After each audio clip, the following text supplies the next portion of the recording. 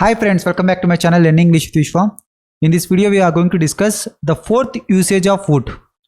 On friends, so three usage of wood we have discussed so far. So మనము late చేయకుండా నేర్చేసుకుందాం. చూడండి, అంటే three usage అయిపోయాయి కదా. ఇది ఫోర్త్ యూసేజ్లో ఏంటి అంటే ఆస్క్ ఫర్ పర్మిషన్. మనం మాట్లాడేది ఆస్క్ ఫర్ పర్మిషన్. పర్మిషన్ మాట్లాడుతున్నప్పుడు మనం అడుగుతాం కదా, అంటే పర్మిషన్ అంటే ఏంటి? పర్మిషన్ అంటే ఏంటి? You want to do something, you want to do something but you need someone else's permission కదా. Someone else's permission. మీరు ఏదైనా చేయాలనుకుంటున్నారు but you need someone else's permission. వాళ్ళ పర్మిషన్ కావాలి కదా. అంటే అప్పుడు ఏంటిది? అందుకే ఆస్కింగ్ పర్మిషన్ అంటే ఏంటి? ఆస్కింగ్ పర్మిషన్ అంటే ఏంటి మీరు అడుగుతున్నారు కదా. అప్పుడు మనం ఏమి యూజ్ చేస్తాం? మీ అందరికీ తెలిసిందే. ఏమి యూజ్ చేస్తాం? వుడ్ యూ మైండ్, ఇఫ్ కదా. దాని తర్వాత ఇప్పుడు ప్రెజెంట్ ఇండెఫినెట్ చెప్తాం. ప్రెజెంట్ ఇండెఫినెట్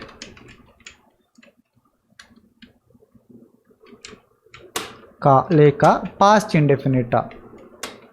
పాస్ట్ ఇండెఫినిటా అందరికీ కన్ఫ్యూజన్ వచ్చేది ఇక్కడే.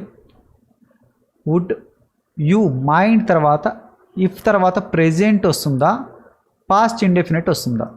ఓకేనా గైస్? నేను ఇక్కడ కూర్చున్నట్లయితే మీకు ఇబ్బంది ఏం లేదు కదా అన్నప్పుడు ఏం చెప్తాము?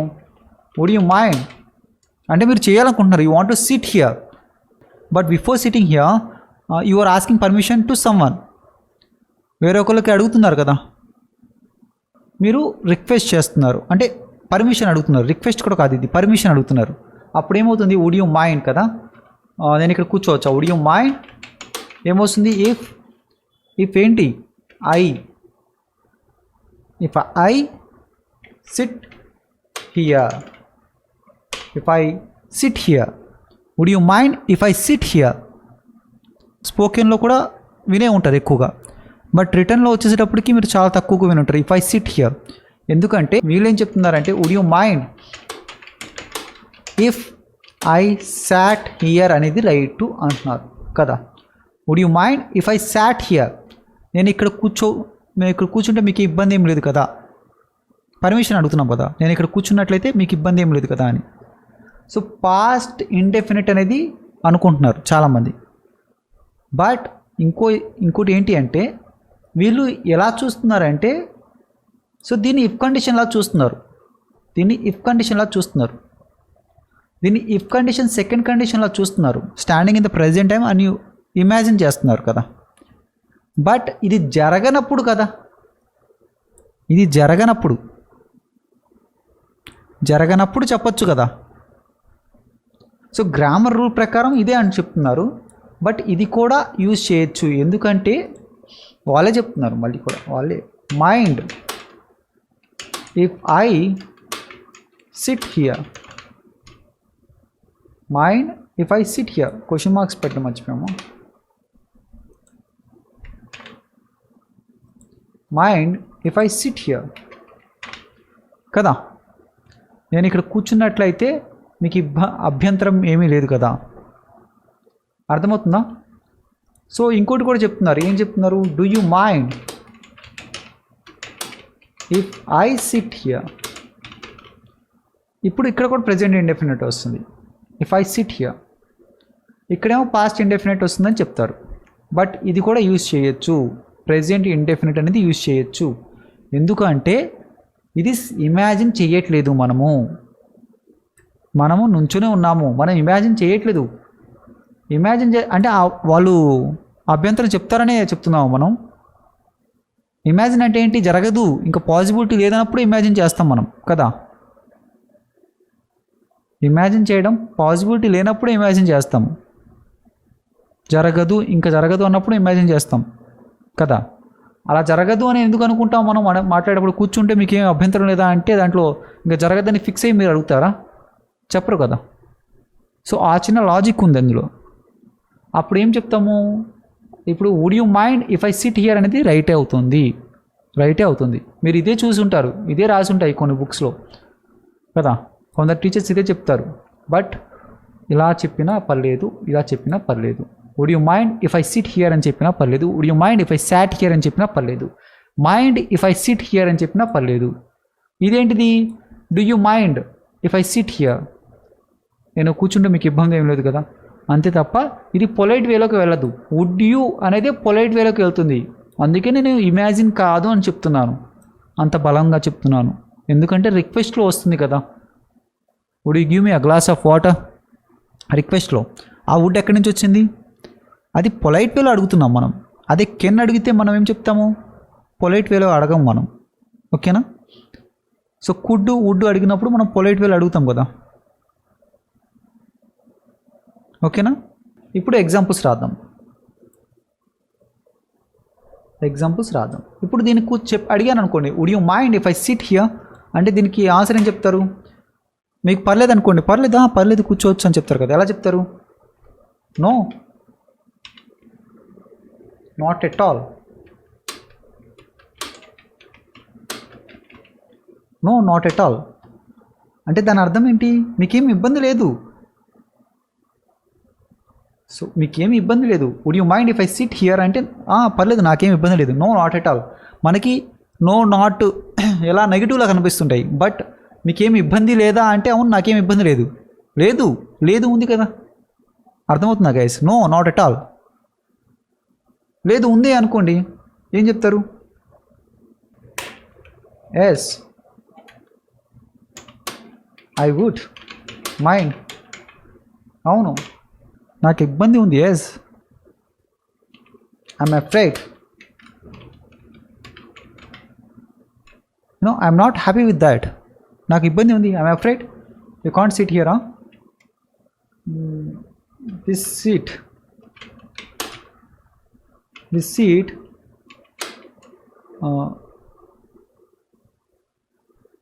Is reserved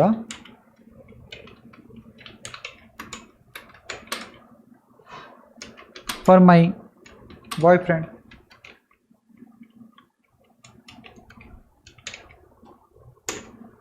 I'm afraid this seat is reserved for my boyfriend అని చెప్పొచ్చు కదా.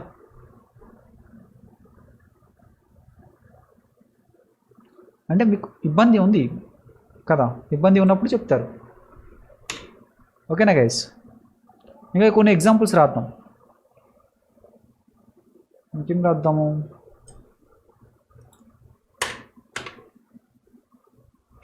So would you mind if I drive your car?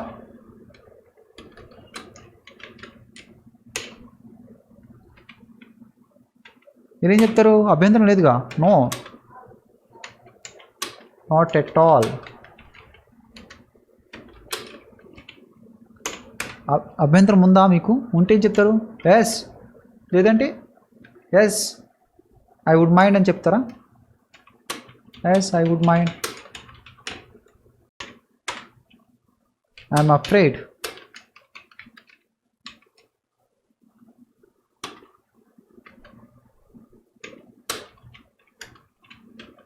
My car is out of order.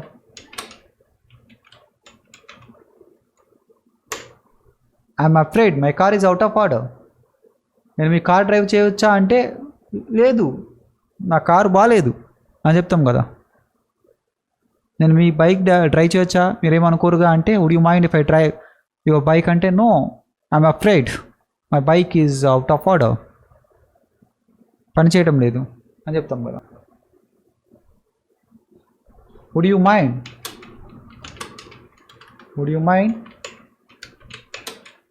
if she talks to me? ఆమె నాతో మాట్లాడినట్లయితే మీరేమనుకోరుగా. So దీన్ని ఇలా కూడా చెప్తారు కదా, would you mind if she talked to me. So కొంతమంది పాస్ట్ యూజ్ చేస్తారు కదా, కొంతమంది ప్రెజెంట్ యూజ్ చేస్తారు. ఓకేనా? కొంతమంది పొలైట్లో కాకుండా అంటే ఇది మోర్ పొలైట్ అవుతుంది, ఇది పొలైట్ కాకుండా ఇలా చెప్తారు కదా, చెప్తారు do you mind if she talks to me. ఇంకొందరు ఎలా అంటారు mind if she talks to me కదా. సో ఎలా చెప్పినా ఒకటే, ఇబ్బంది ఏం లేదు, రైట్ అవుతుంది. ఓకేనా. సో ఇప్పుడు మీరు would you mind if she talks to me, ఆమె నాతో మాట్లాడుతున్నట్టే మీకు ఇబ్బంది ఏం లేదుగా? నో, ఇబ్బంది లేదు, నాట్ ఎట్ ఆల్, కొద్ది కూడా నాట్ ఎట్ ఆల్, ఇబ్బంది ఏం లేదు. ఉంది, ఐఎమ్ అఫ్రైడ్,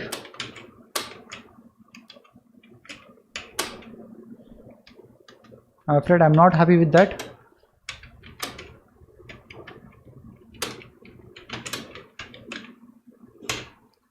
ఓకేనా, I'm not happy with that అని చెప్పచ్చు. I don't want you to talk to her. I don't want you to talk to her. I'm afraid, I'm not happy with that అని చెప్పచ్చు. లేదంటే I don't want you to talk to her. So నేను Sunday class తీసుకున్నట్లయితే మీరేం అనుకోరుగా, మీకేం అభ్యంతరం లేదుగా అని చెప్తాం కదా. Would you mind if I took a class on Sunday? అర్థమవుతుందా guys? Would you mind if I took a class on Sunday? మళ్ళీ మనం ఎలా చెప్పచ్చు? Would you mind if I take a class on Sunday?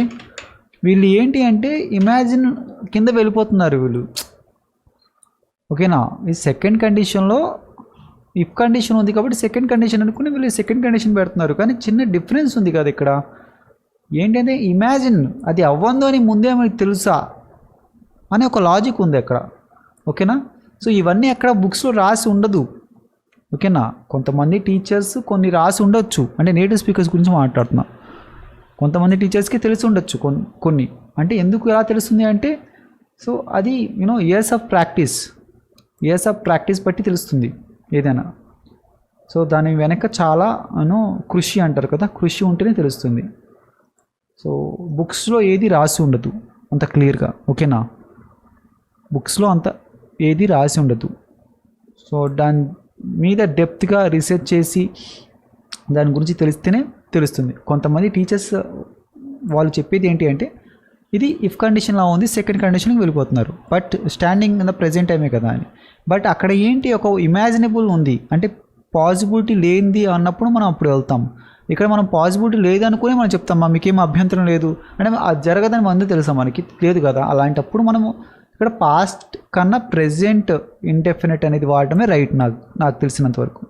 ఓకేనా, so ఇంకా polite కాకుండా ఇప్పుడు more పొలైట్లో మాట్లాడు. పొలైటే, ఇది కూడా పొలైట్ కానీ మోర్ పొలైట్ అంటే వుడ్లో మాట్లాడతాం. డూ యూ మైండ్ అంటే అంత పొలైట్ ఏం కాదు. Do you mind if I take a class on Sunday? So ఇది పొలైట్ కాదు, ఓన్లీ అడుగుతున్నాం కదా. సో అందుకే ఇప్పుడు ప్రెజెంట్ ఇండెఫినెట్ వాడచ్చు అంటున్నారు. ఇంకోటి కూడా ఉంది, ఏంటిది? So mind if I take a class on Sunday. So నేను తీసుకున్నట్లయితే మీకు ఏమి ఇబ్బంది లేదు కదా. ఇప్పుడు ప్రెజెంట్ ఇండెఫినెట్ వాడచ్చు అంటున్నారు. బట్ యాక్చువల్గా ఇది తెలిసిన వాళ్ళు ఏంటంటే ఇదేమనుకుంటారంటే మనం తప్పు రాసామనుకుంటారు.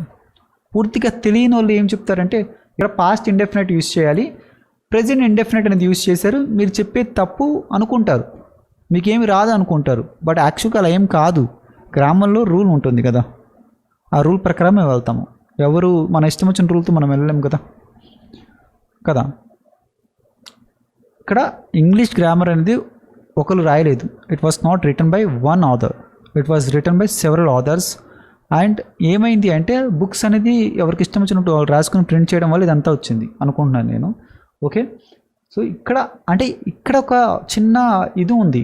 అది ఎలా తెలుస్తుంది అంటే చాలామంది తక్కువ టీచర్స్కి తెలుస్తుంది, అందరికీ తెలియదు నేను చెప్తున్నాను, అందరికీ తెలియదు. ఇక్కడ ఇమాజిన్ చేస్తున్నామా రియాలిటీలోకి వెళ్తున్నామా అది గుర్తుపెట్టుకోవాలి మనం. నాకు తెలిసినంత వరకు నేను ఇమాజిన్ చెయ్యను కదా. నేను అడిగేటప్పుడు మీకేమీ అభ్యంతరం లేదు కదా, నేను ఇక్కడ కూర్చున్నట్లయితే మీకేమీ అభ్యంతరం లేదు కదా అంటే వాళ్ళు ఒప్పుకోరు అనే విషయంతో నేను చెప్పను కదా, ముందే ఆన్సర్తో. నేను ఇక్కడ ఇలాంటి సిచ్యువేషన్స్లో మీకేం ఇబ్బంది లేదుగా నేను ఆదివారం మీకు క్లాస్ తీసుకున్నట్లయితే అని అడుగుతున్నాను. నేను క్వశ్చనే చేస్తున్నాను, మళ్ళీ దాంట్లో ఎందుకు ఇమాజిన్ చేయడం, ముందే ఫిక్స్ అయిపోవడం కదా. ఆ లెక్కన వస్తే మనం ఇదే correct. Would you mind if I take a class on Sunday, present indefinite వాడడం కరెక్ట్ అవుతుంది కదా. దాని తర్వాత లేదంటే do you mind if I take a class అనేది ఆల్రెడీ రైటే కదా. అది do you mind if I take a class అనేది కూడా ఉంది కదా, ప్రెజెంట్ ఇండెఫినిట్ యూజ్ చేయొచ్చు. లేదు అంటే mind if I take a class, ఇది కూడా కరెక్టే కదా, యూజ్ చేయొచ్చు, ఇబ్బంది ఏం లేదు. ఓకేనా. ఇప్పుడు నేను దీనికి ఆన్సర్ ఎలా చెప్పొచ్చు, would you mind if I take a class on Sunday అంటే దీనికి ఆన్సర్ ఎలా చెప్పొచ్చు క్వశ్చన్కి? No, not at all, no. So I wouldn't mind చెప్పచ్చు కదా. అంటే మీకేమీ అభ్యంతరం లేనప్పుడు. అదే అభ్యంతరం ఉందనుకోండి ఏం చెప్తారు? ఎస్ ఏం చెప్తారు? ఐ వుడ్ మైండ్ ఉంది. లేదంటే ఏం చెప్పచ్చు? I'm afraid.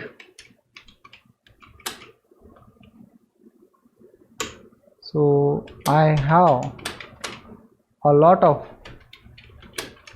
work on Sunday. I'm not happy with that. నేను హ్యాపీగా లేను. I'm afraid I have a lot of work on Sunday. ఓకేనా గైస్, అర్థమవుతుందా? ఓకేనా గైస్, ఇదంతా ఏంటి మనం మాట్లాడుకునేది? ఆస్క్ ఫర్ పర్మిషన్ గురించి మాత్రమే మాట్లాడుతున్నాం మనం. ఓకేనా. Would you mind if I close this class? ఓకేనా. Would you mind if I close this class? Close చేసినట్లయితే మీరు ఏమైనా అనుకుంటారా? లేదంటే would you mind if I closed this class? ఈ క్లాస్ క్లోజ్ చేసినట్లయితే మీరేమైనా అనుకుంటారా? Do you mind if I close this class? Mind if I close this class అనుకుంటారా? కామెంట్లో రాయండి guys. So I hope you must have understood this video. మీరు ఈ series continue చేయాలనుకున్నట్లయితే so ఎక్కువ వ్యూస్ ఇవ్వండి, లైక్స్ ఇవ్వండి. నేను థర్డ్ వీడియోకి ఎక్కువ వ్యూస్ వస్తాయి అనుకున్నాను, అంటే థర్డ్ యూసేజ్ ఆఫ్ వుడ్కి. ఎందుకంటే ఆ థర్డ్ యూసేజ్ గురించి చాలామందికి తెలియదు, చెప్తున్నాను కదా. చాలామంది టీచర్స్ కూడా తెలియదు అసలు నేటివ్ స్పీకర్స్ ఎలా యూజ్ చేస్తారో. అది నేను థర్డ్ యూసేజ్లో చెప్పాను చాలామందికి. మీరేమో ఆ వీడియోకి లైక్ చేయలేదు. ఎవరైతే ఈ వీడియో చూస్తున్నారో కొత్తగా, మీరు అంతకుముందు 3 వీడియోస్ చూడండి, థర్డ్ వీడియో కూడా చూడండి, చాలా ఉపయోగపడుతుంది. సెకండ్ వీడియో కూడా చూడండి, ఫస్ట్ వీడియో కూడా చూడండి. I'm talking about would series. ఈ వుడ్ సిరీస్ అనే వీడియోస్ అన్నీ చూడండి, ఏది మిస్ అవ్వకండి. ఎందుకంటే వుడ్ అనేది చాలా యూసేజ్లు ఉన్నాయి కదా. ఇప్పుడు మనం స్పోకెన్లో ఏమవుతుందంటే వుడ్ దగ్గర కన్ఫ్యూజ్ అయ్యి తప్పు మాట్లాడుతుంటారు కదా. సో ఈ వీడియోస్ చూసారనుకోండి మీకు చాలా బెటర్ ఉంటుంది. అలాగే ఎవరైతే మా ఛానల్ కొత్తగా చూస్తున్నారో సబ్స్క్రైబ్ చేసుకోండి, నోటిఫికేషన్ ఆన్ చేసుకోండి, లైక్ చేయండి గైస్. ఎక్కువ లైక్ ఇవ్వండి గైస్, ఎక్కువ లైక్స్ ఇవ్వండి ఈ వీడియోకి. మరిన్ని వుడ్ సిరీస్ అనేది కంటిన్యూ చేయాలా వద్దా అనేది మీరు ఇప్పుడు ఇచ్చే వ్యూస్ లైక్స్ని బట్టి నేను డిసైడ్ అవుతాను. మీరు దీనికి ఎక్కువ వ్యూస్ లైక్స్ ఇస్తేనే నేను కంటిన్యూ చేస్తాను, లేదంటే నేను ఆపేస్తాను. ఓకేనా. అంటే నాకు అర్థమవుతుంది కదా మీరు ఇష్టపడట్లేదు అని. ఓకేనా. మీరు ఎక్కువ లైక్స్ ఇవ్వండి, ఎక్కువ వ్యూస్ ఇవ్వండి. నేనైతే థర్డ్ వీడియోకి ఎక్కువ వ్యూస్ వస్తాయి అనుకున్నాను, ఎక్కువ లైక్స్ వస్తాయి అనుకున్నాను. ఎందుకంటే మీకు ఎక్కడా దొరకదు, మీకు ఎక్కడ ఆ ఇన్ఫర్మేషన్ దొరకదు. ఆ వుడ్ గురించి, ఆ యూసేజ్ ఆఫ్ వుడ్ గురించి మీకు ఎవరు చెప్పరు, తెలిసినా కూడా ఎవరు చెప్పరు. కావాలంటే మళ్ళీ ఒకసారి వీడియో చూడండి, లేదంటే ఎవరైతే కొత్తగా ఇంకా చూడలేదో వెళ్ళి ఆ వీడియో చూడండి, మీకు అర్థం చేసుకోండి. అర్థం అవ్వకపోతే నాకు కామెంట్ చేయండి, మళ్ళీ చేస్తాను ఆ వీడియో దాని మీద, ఆ యూసేజ్ ఆఫ్ వుడ్ మీద. ఎందుకంటే మీకు ఆ యూసేజ్ ఆఫ్ వుడ్ దగ్గరే చాలా కన్ఫ్యూషన్ ఉంటుంది. ఓకేనా గైస్. మీరు థర్డ్ వీడియో కూడా తప్పకుండా చూడండి. ఓకేనా. లైక్స్ ఇవ్వండి. ఎవరైతే ఛానల్ కొత్తగా చూస్తున్నారో సబ్స్క్రైబ్ చేసుకోండి. ఓకేనా guys. Thank you so much. Bye.